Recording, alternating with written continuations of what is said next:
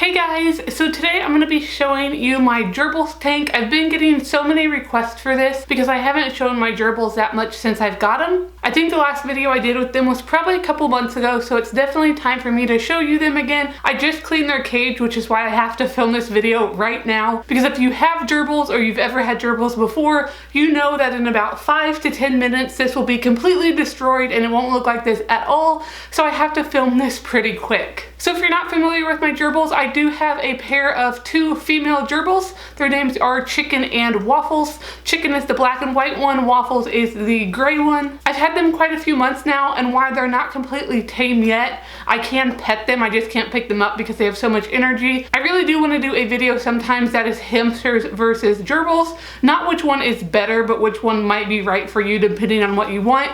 So if you'd like to see that video, let me know down in the comments and I will do that. But for now, I'll just go ahead and show you Chicken and Waffles' cage. Okay, so here is a little overview of their cage. They are in a 40-gallon aquarium. It is one I got at Petco. It's one I used to use for my hamster, so I just use it for them now.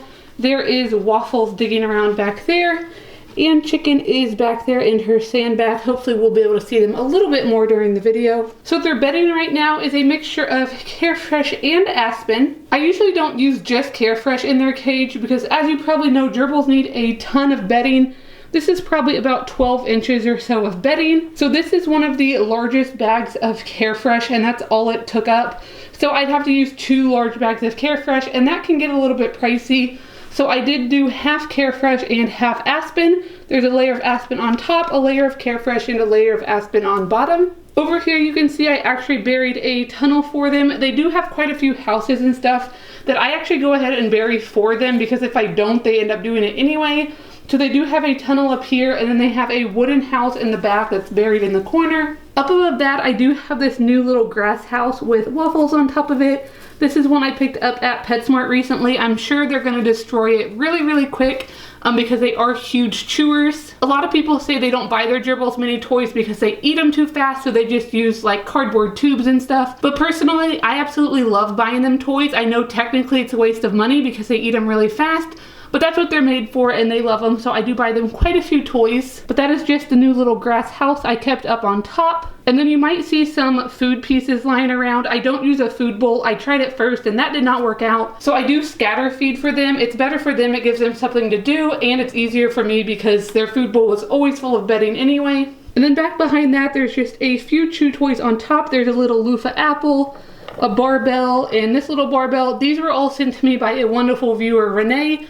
She sent me a really awesome little Christmas package, and I know the Gerbils will love all of those toys. And then back behind that one, back there you can see there is their sand bath. I'm sure that will get filled up with bedding pretty quick. And then over beside their sand bath, this is actually their brand new wheel. This is one of the All Living Things wheels from PetSmart. I actually just picked this up. If you guys watch my first videos, you know that I've been kind of struggling finding a good wheel for the Gerbils. They were using a silent spinner, but since they are growing up now, it's a little bit too small, so I decided to try this one. I've also had a lot of trouble keeping it steady. I used to divide my cage and I would put shallow bedding on one side for the wheel, but they would just kick everything around, so I had to clean out the wheel multiple times a day so they could use it. So this time I actually hung it from the top, so the top of it is just zip tied to this wire lid from Petco.